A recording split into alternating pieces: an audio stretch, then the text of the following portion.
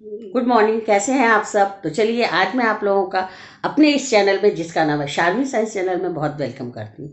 तो कैसे हैं आप सब? तो चलिए स्टार्ट किया जाए। तो आज मैं आप लोगों को कंट्रोल एंड कोऑर्डिनेशन, जो मैंने आपको पढ़ाया था कंट्रोल एंड कोऑर्डिनेशन, उसका एक रिवीजन करवा देती हूँ, एक थोड़ा मोड़ा हल्का सा, इसलिए ताकि आपको रिवीजन भी हो जाए। उसके बाद से मैं प्लांट में पढ़ाऊंगी कि प्लांट में किस तरह का कोऑर्डिनेशन होता है, प्लांट में किस तरह का मूवमेंट होता है। तो चलिए स्टार्ट करते हैं। ये दो एक ऐसी टॉपिक है जो कि हमेशा एग्जाम्स में आते हैं और लोगों को कंफ्यूजन होता है। एक है सिग्नल ट्रांसमिशन और एक दूसरा है रिफ्लेक्स एक्शन। तो ये छोटी छोटी टॉपिक है, लेकिन इसके बारे में भी आपको जानना बहुत ज़रूरी है। तो रिफ्लेक्स एक्शन क्या होता है? रिफ्लेक्स एक्शन होता है सडन एक्शन या ऑटोमेटिक एक्शन। रिफ्लेक्स एक्शन को हम लोग क्या बोलते हैं? इसका एक लाइन का डेफिनेशन याद कर लो कि reflex actions are the automatic action या reflex actions are the sudden actions. जैसे क्या होता है, कभी आप लोग स्कूल में रहते हो या कभी आप के घर पे या कभी कोई आपको मारने के लिए जैसे दौड़ता है, तो आप अपने को प्रोटेक्ट करते हो। जैसे कि मैम है या कोई भी है, वो आपको एक स्टिक लेके खड़ी है, तो उस आप मार या फौरन हाथ हटा लेते हो, है ना, कि चोट नहीं लगे। और मैडम को तंग कर दिए, मैडम मारने के लिए स्टिक उठाई। ऐसे तो अलाउड नहीं है मारना किसी भी टीचर को, क्राइम है। मैं एग्जाम में खेल में ही अगर किसी टीचर ने एक स्टिक उठाया मारने के लिए, तो तुम अपने को प्रोटेक्ट करते हो ऐसे करके ना, कि मैम इधर मारेगी तो इधर झुक जाओगे, इस तरह से ना। तो इसमें तो आपको ब्रेन ने काम नहीं किया, बस आपने जल्दी जल्दी एक्शन लिया, या आपने किसी गर्म चीज को छू लिया और तुरंत आप एक विद इन ए सेकेंड भी आपने हाथ हटा लिया, है ना, क्योंकि आप जल नहीं जाओ। तो ये सब जो सडन एक्शंस होता है, बिल्कुल ऑटोमेटिकली अपने आप बिना सोचे, उसे ही हम लोग रिफ्लेक्स एक्शन कहते हैं, है ना। अब ये रिफ्लेक्स एक्शन किस तरह से होता है? जैसे कि आपको मालूम है कि दो तरह के नर्व्स होते हैं, दो तरह के न्यूरॉन नर्व सिस्टम होता है। एक सेंसरी नर्व होता है और एक मोटर नर्व होता है। एक मैसेज लाता है और एक ब्रेन के पास मैसेज ले जाता है और एक ब्रेन से वापस लौट आता है। ये दो तरह का होता है नर्व सिस्टम, है ना, जो कि पूरे बॉडी में आपके सर्कुलेट हो रहा है, दौड़ रहा है, मैसेज आ रहा है, जा रहा है, to and fro movement continuously चल रहा है। तो इनका काम है मोटर है। ब्रेन तो भाई मोटर से भेजता है, क्योंकि बड़ा आदमी है, उसके पास मोटर है, वो मोटर नर्व से भेजता है। और बेचारे सारे लोग जो हैं सारे मैसेजेस लेके सेंसरी नर्व से जाते हैं। तो क्या होता है, मान लिया कि आपने किसी गर्म चीज पे हाथ रख दिया, तो फौरन जो है वो रिसेप्टर, कोई भी ऑर्गन है ना, मस्कुलर ऑर्गन या स्किन से आपने किसी गर्म चीज को, या कोई भी सांप देख लिया, कुछ भी आपने कर लिया। अगर आपने सांप देख लिया तो वो आँख आँख वालों जो जो रिसेप्टर्स होता है, उसने उसको टच किया ना, उसने देखा, वो उसने मैसेज भेजा। इसी तरह से आपको मालूम है कि जो डेंड्राइट्स होता है, जो न्यूरॉन्स होता है, उस पर बहुत सारे रिसेप्टर्स होते हैं। मैंने बताया था न्यूरॉन के स्ट्रक्चर में कि जो न्यूरॉन का जो स्ट्रक्चर होता है, इस तरह से यहाँ पर बहुत छोटे छोटे ये होते हैं, डेंड्राइट्स होते हैं। और इसी डेंड्राइट्स पर क्या होता है, रिसेप्टर्स होता है। रिसेप्टर्स कहाँ होता है? सारे सेंस ऑर्गन्स पर होता है। और जहां जहां जैसे आप देखते हो, वो रिसेप्टर्स तुरंत मैसेज कैच कर लेता है, डेंड्राइट्स को देता है, डेंड्राइट ऑक्सन को, साइटोन को देता है, इस न्यूक्लियस में देता है, निजल बॉडी होता है यहाँ पर, फिर ये एक्सॉन में जाता है, एक्सॉन से कैसे जाता है ना। तो इसी तरह से मान लीजिए कि रिफ्लेक्स एक्शन में क्या होता है कि किसी चीज को आपने टच किया, और टच करने के बाद वो जो सेंसरी नर्व है वो दौड़ी दौड़ी मैसेज लेकर के कहाँ गई? यहाँ पर ये स्पाइनल कॉर्ड है। क्या है? ये स्पाइनल कॉर्ड है। तो स्पाइनल कॉर्ड के पास आई, है ना, स्पाइनल कॉर्ड को मैसेज दी। स्पाइनल कॉर्ड में क्या होता है कि जब वो वहां पे आती है, तो वहां पर एक और न्यूरॉन होता है, एक और न्यूरॉन बीच में होता है, जिसे हम लोग रिले न्यूरॉन कहते हैं। क्या कहते हैं? रिले न्यूरॉन या इंटर न्यूरॉन यहाँ पर आई, यहाँ पर इसने मैसेज दिया। स्पाइनल कॉर्ड ने उसको तुरंत बताया, अरे भेजो जाकर के मोटर नर्व को भेजो जाकर वो जल्दी से हाथ उठा ले। तो यहाँ पर मोटर नर्व इधर से निकलता है और ये जाकर के तब तक आप हाथ उठा लेते हो, क्योंकि ये जल्दी से स्पाइनल कॉर्ड के पास चला जाता है। क्योंकि आपको मालूम है कि ऊपर में ब्रेन है, ब्रेन तक तब तक जाएगा, तब तक तो वो लड़के की हाथ जल जाएगी, वो डैमेज हो चुका होगा, उसको डर लग गया होगा। अगर सांप आ रहा होगा और उसने जल्दी से लकड़ी नहीं उठाई उसको मारने के लिए, या दौड़ के भागा नहीं, तो सांप उसको काट लेगा। तो ये सोचता है कि क्यों ना हम स्पाइनल कॉर्ड को ही खबर कर दें, और ये यहाँ पर बहुत फास्ट एक्शन लेता है ऑटोमेटिकली। अब ये ब्रेन के पास जाएगा, ब्रेन सोचेगा कहाँ पर क्या क्यों, क्योंकि मालूम है कि जहाँ पर तुमको लगता है कि ये एक्शन जल्दी जल्दी लेगा तुम उसके पास जाओगे, है ना। अरे उसके पास जाएंगे तो वो तो 10 तो सवाल करने लगेगा, 10 क्वेश्चन राइज करेगा, उसको हमको जवाब देना होगा, तो थोड़ा प्रॉब्लम क्रिएट होगा। और अभी हमको है इमरजेंसी, अभी हमको जल्दी है, तो ये सेंसरी न्यूरॉन के पास, सेंसरी नर्व जो है ये सारा मैसेज लेके जाएगा न्यूरॉन स्पाइनल कॉर्ड के पास, ब्रेन के पास नहीं जाएगा। ब्रेन क्या करेगा कि तुरंत यहाँ पर कुछ इंटरप्रेट, वहाँ पर कुछ कार्यवाही होगी, अपना सोचेगा और तुरंत ये मोटर नर्व को देगा कि जाओ उसको बोलो कि अपना हाथ आग से हटा ले या भाग जाए या कुछ भी, तो तक ये तुम लोग हाथ हटा लोगे। तो ये एक नॉर्मल आदमी के अंदर ये सारी चीज़ें होती रहती हैं। अगर थोड़ा सा भी वो जल गया है, वो आदमी हाथ रख के नहीं उठाया, तो इसका मतलब उसका दिमाग में कुछ गड़बड़ी है, उसको कोई असर ही नहीं हो रहा है, कोई इफेक्ट ही नहीं हो रहा है, वो भाग क्यों नहीं रहा है ना। तो यही चीज़ है।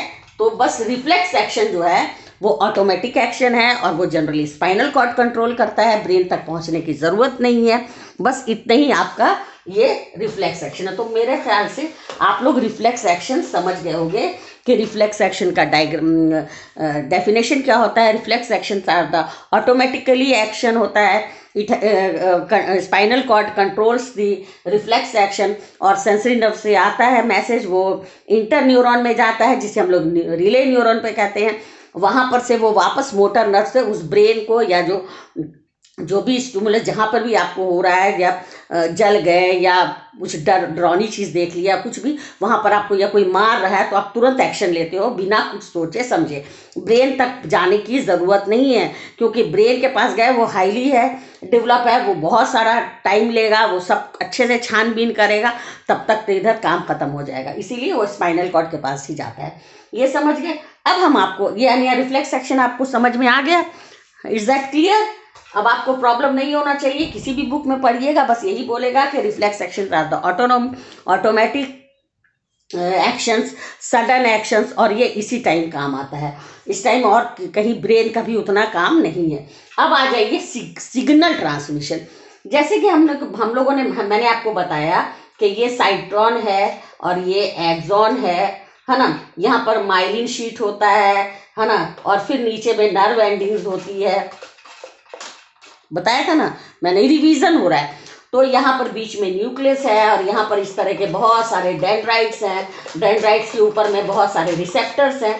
रिसेप्टर्स तो हैं वो बहुत तरह के होते हैं, जैसे कान के पास अगर रिसेप्टर्स हो तो फोनो रिसेप्टर, आई के पास हो तो फोटो रिसेप्टर्स, टंग के पास, स्किन के पास हो थर्मो रिसेप्टर्स। ये already I have dictated you, है ना, मैंने आपको बता दिया था ये।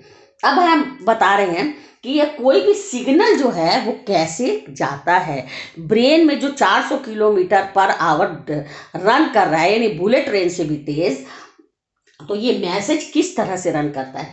आपको पता है कि मिलियन ट्रिलियन सेल हमारे बॉडी में, और जो हमारा ब्रेन सेल है, जो नर्वस सिस्टम है, वो उसका structural and functional unit of nervous cell neuron है।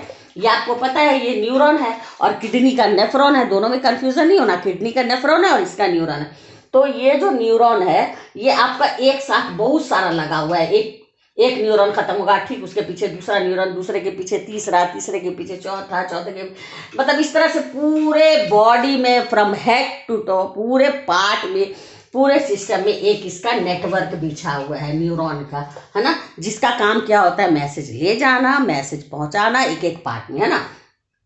अब ये मैसेज किस तरह से पहुंचाता है, देखिए, जब ये मैसेज जो रिसेप्टर से आया, रिसेप्टर से सारा मैसेज कहाँ गया, रिसेप्टर से सारा मैसेज गया डेंड्राइट्स में, कहाँ गया, डेंड्राइट्स में, डेंड्राइट से सारा मैसेज गया कहाँ, प्लस एक्सॉन में, एक्सॉन में, एक्सॉन से सारा मैसेज गया स्माइली शीथ है, ये नोड्स ऑफ रेनवियर है, यहाँ पर ये एक्सॉन है, ये एक्सॉन से होते हुए नीचे ये नर्व एंडिंग्स में गया, कहाँ गया, नर्व एंडिंग्स में गया ना, ये नर्व एंडिंग्स है ये। अब आप देख लीजिएगा कि नर्व एंडिंग्स में एक ऐसा फूला हुआ चीज रहता है, क्या रहता है, ये एक फूला फूला रहता है, कुछ स्वेलिंग टाइप का रहता है, छोटा जैसे एल्वीलाई रहता है उसमें, तो इसे हम लोग कहते हैं सिनेप्स। क्या बोलते हैं?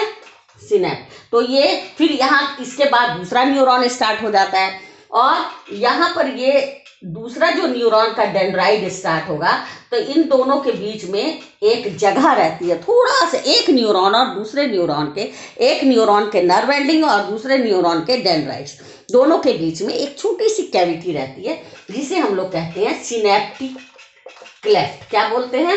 क्लेफ्ट। पता है ना, दांत के बीच में जो जगह रहती है उसको क्लेफ्ट बोलते हैं, यानी कि थोड़ा सा स्पेस रहता है। अब ये जो मैसेजेस आपके आ रहे हैं, ये आपके इलेक्ट्रिकल चार्जेस में आ रहे हैं। मान लिया इलेक्ट्रिकल चार्जेस में आ रहे हैं सारे मैसेजेस, खूब फोर्स में आ रहा है मैसेज। अब जैसे ही मैसेज फोर्स में जब आता है, अब हम इसको क्लियर करके बता देते हैं। जैसे ही मैसेज ये आपका ये इस तरह के इसमें आता है मैसेजेस, तो आते आते क्या होता है, ये यहाँ पर दूसरे का डेंड्राइट्स है, यानी दूसरे का न्यूरॉन का डेंड्राइट्स है और रिसेप्टर है। तो जैसे इसमें आता है, यहाँ पर छोटा छोटा गोल गोल कटोरे की तरह बर्तन होता है। क्या होता है? ये सिनेप्स बोलते हैं। ये कैविटी होती है, और यहाँ पर जो बीच में, दोनों के बीच में जगह होती है, इसे हम लोग क्लेफ्ट बोलते हैं। तो इसको, ये छोटा छोटा कटोरा जैसा होता है, जैसे बाउल टाइप का छोटा छोटा, इसके अंदर एक एंजाइम रहता है, एक केमिकल रहता है, जिसे हम लोग बोलते हैं एसेटाइल कोलाइन।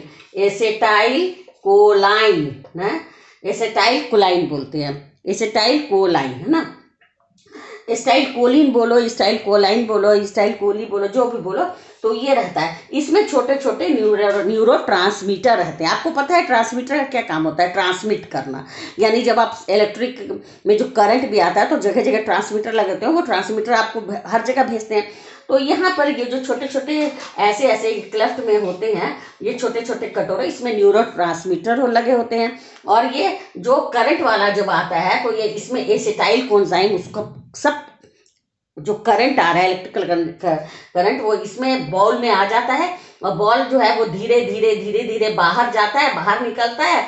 दूसरे वाले डेंड्राइट्स को ये क्या करता है, जा करके सारा जो इसका जो करंट वाला मैसेज है, यहाँ पर ये चेंज हो जाता है। यहाँ पर ये केमिकल, ये जो है एसिटाइल कोएंजाइम केमिकल रहता है, ये सारा करंट आकर के इसमें न्यूरोट्रांसमीटर में चेंज हो जाता है। वो लोग इसको केमिकल में चेंज कर देते हैं, उस केमिकल को हम लोग बोलते हैं एसिटाइल कोएंजाइम। और फिर ये बाहर निकलता है, और ये बाहर निकल करके फिर ये इस डेंड्राइट को दे देता है कि अब आप आगे बढ़िए, आगे बढ़ते जाइए, आगे बढ़ते जाइए।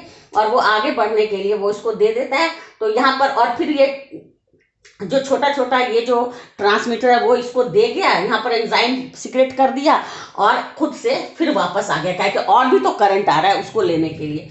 फिर जब ये दूसरे में गया, तो वापस क्या गया, वहां पर बोला अब हम लोग अपने अड्डे पे पहुंच गए, अब हम लोग, फिर वो लोग जो है इलेक्ट्रिक चार्ज में चेंज हो जाता है। फिर वो लोग इलेक्ट्रिक चार्ज में, फिर वो लोग इधर से इलेक्ट्रिक चार्ज में चेंज हो गया, फिर इधर से इलेक्ट्रिकल आया नर्व एंडिंग्स में आया।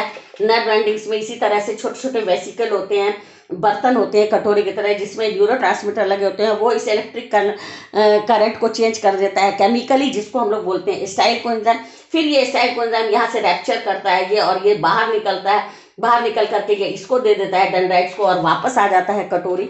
इसी तरह से ये मैसेजेस जो हैं, सिग्नल ट्रांसमिशन हमारे बॉडी में होता रहता है, फ्रॉम हेड टू टो, जल्दी जल्दी होता रहता है। और यहाँ पर तेजी से क्यों नहीं आता है डाटा? इसलिए कि भाई तेजी से आएगा तो हो सकता है कि दूसरा जो न्यूरॉन है वो डैमेज हो जाए, कुछ भी हो सकता है एकदम फोर्स के साथ आने। इसलिए वो लोग यहाँ पर थोड़ा रुक जाते हैं, रुकने के बाद वो चेंज करते हैं, वो केमिकली एसिटाइल कोएंजाइम में चेंज हो जाता है, केमिकल में चेंज हो जाता है। फिर वो लोग बाहर निकलते हैं, फिर इस दूसरे डेंड्राइट्स के अंदर जाते हैं, उसमें फिर वो इलेक्ट्रिकल करंट में चेंज हो जाते हैं। इस तरह से सिग्नल का transmission from brain to different organs और डिफरेंट ऑर्गन्स टू ब्रेन में होता रहता है ना। तो कैसे हुआ? सबसे पहले इलेक्ट्रिकल चार्जेस में आया, है ना, इलेक्ट्रिकल चार्ज हुआ, इसको हम लोग नर्व इम्पल्स भी बोलते हैं, इलेक्ट्रिकल चार्जेस भी बोलते हैं, है ना, जो भी बोलिए इसको। फिर ये चेंज हो जाता है केमिकल में चेंज हो जाता है, जिसमें सिनेप्टिक कैविटी में जो छोटे छोटे बॉल्स होते हैं, उसके अंदर न्यूरोट्रांसमीटर लगे होते हैं, उसके अंदर केमिकल में चेंज हो जाते हैं। इस केमिकल में जो चेंज हो जाते हैं, उसको हम लोग बोलते हैं acetyl coenzyme. Acetyl choline, acetyl coenzyme, acetyl choline, फिर ये वापस जो दूसरे न्यूरॉन में जाते हैं और वो कटोरा वापस दे करके वापस आ गया, तो वहाँ पर फिर ये इलेक्ट्रिकल में चेंज हो जाते हैं, इलेक्ट्रिकल चार्ज में चेंज हो जाते हैं। तो इसी तरह से आप लोगों का ये सिस्टम पूरा चलता रहता है। समझ में आ गया ना? कोई प्रॉब्लम नहीं, कोई डाउट नहीं, कोई परेशानी नहीं। तो ये दो चीज़ जो मैंने आपको बता दी, एक रिफ्लेक्स एक्शन और एक न्यूरॉन से दूसरे न्यूरॉन तक रिसेप्टर से किस तरह से पूरा मैसेज जो है वो चला जाता है। रिसेप्टर से डेंड्राइट्स में आया, डेंड्राइट्स से ये साइटोन में आया, साइटोन बॉडी में निसल ग्रेन्यूल्स रहते हैं, यहाँ बहुत सारे माइटोकॉन्ड्रिया भी रहते हैं, उस पावर हाउस ऑफ एनर्जी जिसको बोलते हैं, जिसको अल्टमा ने निकाला था। फिर वो उधर से ये इसमें एक्सॉन से होते हुए नर्व एंडिंग्स में जाते हैं। नर्व एंडिंग्स में एक कैविटी होती है जिसके अंदर छोटे छोटे बॉल होते हैं, जिसमें न्यूरोट्रांसमीटर होता है। वो सारे इलेक्ट्रिकल मैसेज जो है वो किस इन्फॉर्मेशन जो है वो सारे इलेक्ट्रिकल चार्जेस के रूप में आते हैं, वो केमिकल में चेंज हो जाते हैं। कौन से केमिकल में? एसिटाइल कोएंजाइम है, वो एक मीडियम है, वो एक मैसेंजर है। फिर वो एंजाइम पर सारे इंफॉर्मेशन आते हैं, फिर वो लोग बाहर निकलते हैं, बाहर निकल के दूसरे वाले डेंड्राइट्स को दे देते हैं और फिर वो लोग वापस आ जाते हैं और वो वहाँ जाकर के दोबारा फिर इलेक्ट्रिकल चार्ज में चेंज हो जाते हैं। तो बस यही इसी तरह से आपका सिग्नल जो है वो पूरे बॉडी में ट्रांसफॉर्म होता है। तो ये कंट्रोल एंड कोऑर्डिनेशन का ये वाला जो पार्ट था, जो कि ह्यूमन बॉडी में किस तरह से होता है, रिफ्लेक्स एक्शन और किस तरह से आपका सिग्नल ट्रांसमिशन होता है, एक मैसेजेस किस टाइप से जाते हैं, ये तो आपका कंप्लीट हो गया। अब जो हम लोग नेक्स्ट पढ़ेंगे वो है प्लांट में किस तरह से मूवमेंट होता है। प्लांट्स की मूवमेंट्स बताना है। प्लांट्स में भी मूवमेंट होता था, ये अब बिल्कुल नहीं पता था जब तक कि एक जेसी बोस एक साइंटिस्ट थे जिन्होंने एक मशीन निकाला क्रिस्कोग्राफ, और क्रिस्कोग्राफ के हेल्प से ही इन्होंने ये पता लगाया कि प्लांट्स में भी उसी तरह का कंट्रोल एंड कोऑर्डिनेशन मूवमेंट होता है, ग्रोथ होता है, थोड़ा स्लोली होता है, ह्यूमन बीइंग की तरह नहीं होता है, इतना फास्ट नहीं होता है, लेकिन इसके अंदर भी, क्योंकि ये भी एक लिविंग थिंग्स है, प्लांट भी एक लिविंग थिंग्स है, उसमें भी डिवीज़न होता है, उसमें भी ग्रोथ होता है, उसमें भी मूवमेंट होता है। ये पता लगाया जेसी बोस साइंटिस्ट ने। एक एपरेटस होता है क्रिस्कोग्राफ, उसकी मदद से। तो हम लोग अब इसके बारे में नेक्स्ट क्लास में यही पढ़ेंगे। ये बहुत ही आसान है, बहुत ही छोटा सा है, और ये मेरा नेक्स्ट क्लास में ये कंप्लीट हो जाएगा। उसके बाद हम लोग पढ़ाएंगे आपको एंडोक्राइन ग्लैंड्स, यानी जो हम लोग कंट्रोल एंड कोऑर्डिनेशन के साथ जो एक और ग्लैंड्स जो पढ़ना था वो हम लोग पढ़ाएंगे कि यही दोनों मिल करके हमारे बॉडी में कितना अच्छा इसका एक तालमेल बना हुआ है कि एक के बिना दूसरा अधूरा है ना। तो आज के लिए बस इतना ही।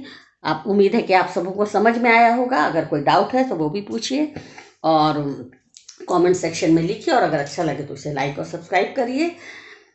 तो ये फ्री ऑफ कॉस्ट आपकी पढ़ाई चल रही है, कोई पैसा नहीं, कोई टेंशन नहीं, बस चैनल खोलिए और समझिए। और आपके कोशिश यही जारी रहती है कि आप लोग को ऐसे इजी लैंग्वेज में पढ़ाया जाए कि आपको समझ में आ जाए। 1 to 10 साइंस क्लास चलता है शारमीन साइंस चैनल पे, तो उसको लाइक और सब्सक्राइब कीजिए। ठीक है, थैंक यू।